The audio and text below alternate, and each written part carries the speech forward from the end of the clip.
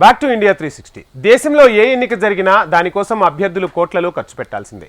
ప్రచారానికి భారీ సమావేశాలు, రోడ్ షోలు, ఎన్నికల వాహనాలు, అడ్వర్టైజ్మెంట్లు ఇలా అన్నింటికీ డబ్బును నీళ్లలా పారించాల్సిందే. లేదంటే ఎన్నికల్లో గెలవడం అసాధ్యం. అయినా సరే చాలా మంది నాయకులు పార్లమెంట్ అభ్యర్థులుగా తమ అదృష్టాన్ని పరీక్షించుకునేందుకు ఎగబడుతున్నారు. అధిష్టానాన్ని ప్రసన్నం చేసుకునేందుకు యత్నిస్తున్నారు. కానీ బీజేపీ అధ్యక్షుడు జేపీ నడ్డా ఓ టాప్ కేంద్ర మంత్రికి పిలిచి మరీ టికెట్ ఇస్తామని చెప్పారు. ఆమె మాత్రం తనకు టికెట్ వద్దన్నారు. తాను ఎన్నికల్లో పోటీ చేయనని తేల్చి చెప్పేశారు. ఎందుకు అలాంటి నిర్ణయం తీసుకుందో ఆమె స్పష్టంగా చెప్పేశారు కూడా.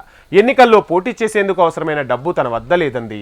ఒక కేంద్ర మంత్రి అయి ఉండి అందులోనూ కీలక శాఖకు ప్రాతినిధ్యం వహిస్తున్న ఆమె ఇలాంటి వ్యాఖ్యలు చేయడం అందరిలోనూ ఆశ్చర్యం కలిగిస్తుంది. ఇంతకు నిజంగానే సదరు మంత్రి వద్ద పోటీకి అవసరమైన నిధులు లేవా? ఎవరా కేంద్ర మంత్రి? Watch the story. Nirmala Sitharaman ఎన్నికల్లో పోటీ చేయరా? నిజంగా కేంద్ర మంత్రి నిర్మల వద్ద డబ్బు లేదా? ఎన్నికలంటే ఖర్చుతో కూడిన వ్యవహారమేనా? భారత్లో సార్వత్రిక ఎన్నికల షెడ్యూల్ వచ్చేసింది. ఇప్పుడు పార్టీలు గెలుపు గుర్రాల కోసం తీవ్రంగా కసరత్తులు చేస్తున్నాయి. దేశవ్యాప్తంగా ఏ పార్టీలను ఎవరికి కేటాయించాలి, ఎవరిని ఎంచుకోవాలి వంటి పనుల్లో ప్రధాన పార్టీలు నిమగ్నమయ్యాయి. ఆయా పార్టీలకు చెందిన ఆశావాహులందరూ అధిష్టానాలను ప్రసన్నం చేసుకునేందుకు తమ వంతు కృషి చేస్తున్నారు. కానీ కొందరు మాత్రం టికెట్ను ఆశించటం లేదు. అలాంటి వారిలో కీలకమైన నేత భారత ఆర్థిక శాఖ మంత్రి నిర్మలా సీతారామన్ ఉన్నారు. అంటే నిర్మలా సీతారామన్ టికెట్ ఆశించటం లేదు. ఎందుకో ఒకసారి ఊహించండి. ఎన్నికల్లో పోటీ చేయడానికి తన వద్ద నిధులు లేవని నిర్మలా సీతారామన్ తాజాగా వెల్లడించారు. అధికార పార్టీకి చెందిన నిర్మలా సీతారామన్కు బీజేపీ అధ్యక్షుడు జేపీ నడ్డా ఎంపీ టికెట్ను ఇస్తామని ప్రకటించారు. ఆమె తమిళనాడు లేదా ఆంధ్రప్రదేశ్లో పోటీ చేసే అవకాశాన్ని బీజేపీ కల్పించింది. కానీ ఆమె అందుకు అంగీకరించలేదు. అయితే ఎందుకు పోటీ చేయడానికి నిరాకరించారు అంటే, ఎన్నికల్లో పోటీ చేయటంపై వారం 10 రోజులు ఆలోచించిన తర్వాత పోటీ చేయటం ఇష్టం లేదని చెప్పినట్టు నిర్మలా సీతారామన్ తెలిపారు. ఎన్నికల్లో పోటీ చేసేందుకు అవసరమైనంత డబ్బు తన వద్ద లేదని చెప్పారు. అంతేకాదు ఆంధ్రప్రదేశ్, తమిళనాడు ఏదైనా నాకో సమస్య ఉంది. అక్కడ గెలుపుకు కులం, మతం వంటి అంశాలను పరిగణనలోకి తీసుకుంటారు. తన వాదనలను అధిష్టానం అంగీకరించడం గొప్ప విషయమని కేంద్ర ఆర్థిక శాఖ మంత్రి నిర్మలా సీతారామన్ చెప్పారు. నిర్మలా సీతారామన్ వ్యాఖ్యలు చర్చనీయాంశంగా మారాయి. ఎస్పెషల్లీ నిర్మలా సీతారామన్ వంటి వారు ఇలాంటి ప్రకటన చేయటం అందరినీ ఆశ్చర్యానికి గురిచేసింది. నరేంద్ర మోడీ ప్రభుత్వంలోని కీలకమైన మంత్రుల్లో నిర్మలా సీతారామన్ ఒకరు.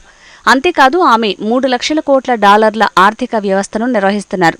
అంతేకాదు భారత జాతీయ భద్రతా మండలిలోనూ కీలక పాత్ర పోషిస్తున్నారు. అలాంటి కీలకమైన మంత్రి ఎన్నికల్లో పోటీ చేయడానికి అవసరమైన డబ్బు తన దగ్గర లేదనటం చర్చకు తావిచ్చింది. తన జీతం, తన సంపాదన, తన పొదుపు మాత్రమే తన నిధులని, భారత ఏకీకృత నిధులు తనవి కావన్నారు. నిర్మలా సీతారామన్ నిర్ణయంతో తెరపైకి 2 సందేహాలొస్తున్నాయి. మొదటి ప్రశ్న ఏంటంటే, కేంద్ర మంత్రి కావాలంటే పార్లమెంటు ఎన్నికల్లో గెలవాల్సిన అవసరం లేదా అంటే అవసరం లేదు. ఎందుకంటే రాజ్యసభ సభ్యులు కూడా కేంద్ర మంత్రి కావచ్చు. ప్రస్తుతం నిర్మలా సీతారామన్ రాజ్యసభ సభ్యురాలుగానే కొనసాగుతున్నారు. ఆమె పదవీకాలం 2028లో ముగుస్తుంది. సో బీజేపీ మళ్లీ అధికారంలోకి వస్తే ఆమె మళ్లీ మంత్రి పదవిని చేపట్టే అవకాశం ఉంది. అందుకు పార్లమెంటు ఎన్నికల్లో పోటీ చేయాల్సిన అవసరం ఆమెకు లేదు. నిజానికి ప్రస్తుతం కేంద్ర మంత్రులు పీయూష్ గోయల్, భూపేంద్ర యాదవ్, రాజీవ్ చంద్రశేఖర్, జ్యోతిరాదిత్య సింధియా వంటి నాయకులు ఈసారి పార్లమెంటు ఎన్నికల్లో పోటీ చేస్తున్నారు. ఈ నేపథ్యంలోనే నిర్మలకు కూడా పోటీ చేసే ఛాన్స్ ఇచ్చారు. నిజానికి అభ్యర్థి ఖర్చు పెట్టుకునేది ఎంతైనా పార్టీలు కూడా వారి గెలుపునకు నిధులను కేటాయిస్తాయి. పార్టీ నిధులను నిర్మలా సీతారామన్ ఎందుకు వినియోగించుకోవటం లేదు? ఇతర బీజేపీ అభ్యర్థులు ఎలా పోటీ చేస్తారు? వారికి నిధులు ఎక్కడి నుంచి వస్తాయి అంటే చాలా వరకు పార్టీ నిధులనే వాడుకుంటారు. ఇక రెండో ప్రశ్న ఏంటంటే, పార్లమెంటు ఎన్నికల్లో పోటీ చేయాలంటే ఎంత డబ్బు అవసరం? ఆర్థిక శాఖ మంత్రి నిర్మలా సీతారామన్ ఎన్నికల అఫిడవిట్ని చూస్తే తన ఆస్తుల విలువ $2,63,00,000గా నిర్ధారించారు.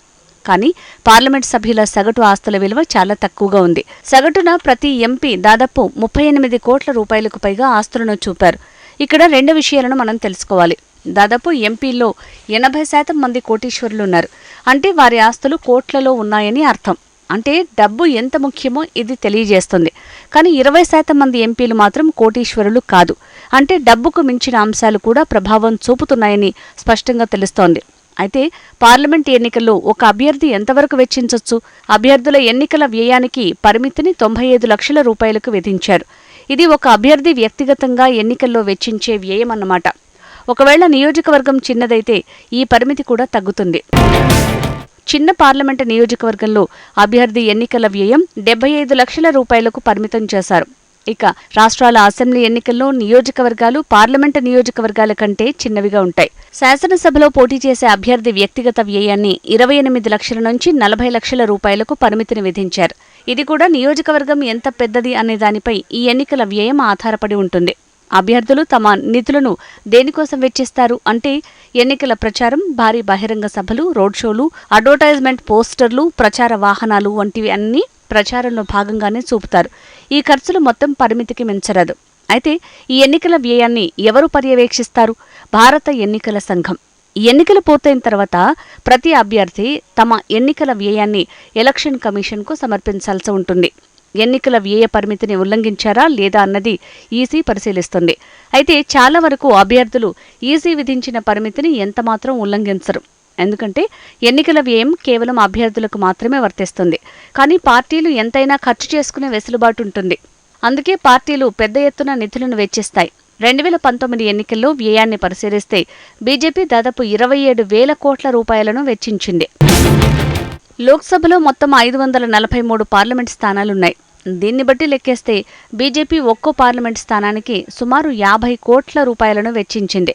ఇక ప్రధాన ప్రతిపక్ష పార్టీ కాంగ్రెస్ గత ఎన్నికల్లో వెచ్చించిన మొత్తం 7,000 నుంచి 12,000 కోట్ల రూపాయలు. ఒక్కో పార్లమెంట్ స్థానానికి 22 కోట్ల రూపాయలు వెచ్చించినట్టు తెలుస్తోంది. ఈ గణాంకాలు ఆశ్చర్యాన్ని కలిగిస్తాయి.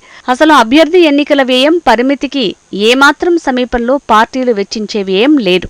అయితే ఎన్నికల వ్యయం పెరిగింది ఒక్క భారత్లోనే కాదు, ప్రపంచవ్యాప్తంగా ఇదే ట్రెండ్ కొనసాగుతోంది. ఉదాహరణకు యునైటెడ్ స్టేట్స్నే తీసుకోండి.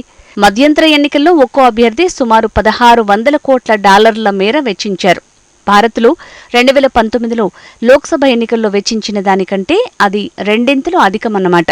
ఎందుకు ఎన్నికల వ్యయం తీవ్రమైన సమస్యగా మారింది? చాలా మంది అభ్యర్థులు ఇంత పెద్ద ఎత్తున నిధులను వెచ్చించడం కష్టతరమైన విషయం. ఈ నేపథ్యంలోనే ఆయా పార్టీలకు చెందిన అభ్యర్థులు కార్పొరేట్ సాయం తీసుకుంటున్నారు. అది కాస్త మరో రకమైన సమస్యగా పరిణమిస్తోంది. ఈ నేపథ్యంలో ప్రజాస్వామ్య దేశాలు తమను తాము సమీక్షించుకోవాల్సిన అవసరం ఉంది. ఎందుకంటే ఇది ప్రజల కోసం నిర్వహిస్తున్న ఓ ప్రక్రియ. ఓ ప్రజానాయకుడిని ఎన్నుకునేందుకు ఇంత పెద్ద మొత్తం వెచ్చించడం ఆశ్చర్యకరమైన విషయం. వాస్తవానికి ప్రజలు ఓ నాయకుడిని ఎన్నుకోవాలంటే అంత డబ్బు అవసరమా? ఇదేమీ ధనవంతులు ఎన్నుకునే వ్యవహారం ఎంతమాత్రం కాదు. ఎన్నికల వ్యయం మరీ హద్దు దాటితే దాని ప్రభావం ప్రజలపై, దేశంపై పడుతుంది. ఈ విషయంలో చర్యలు చేపట్టాల్సిన ప్రజాప్రతినిధులే ఇక భారీగా డబ్బు ఖర్చు పెడుతోంటే దీన్ని మార్చడం ఎలా సాధ్యం? ఏమో, మార్పులొస్తాయని మాత్రం ఆశిద్దాం.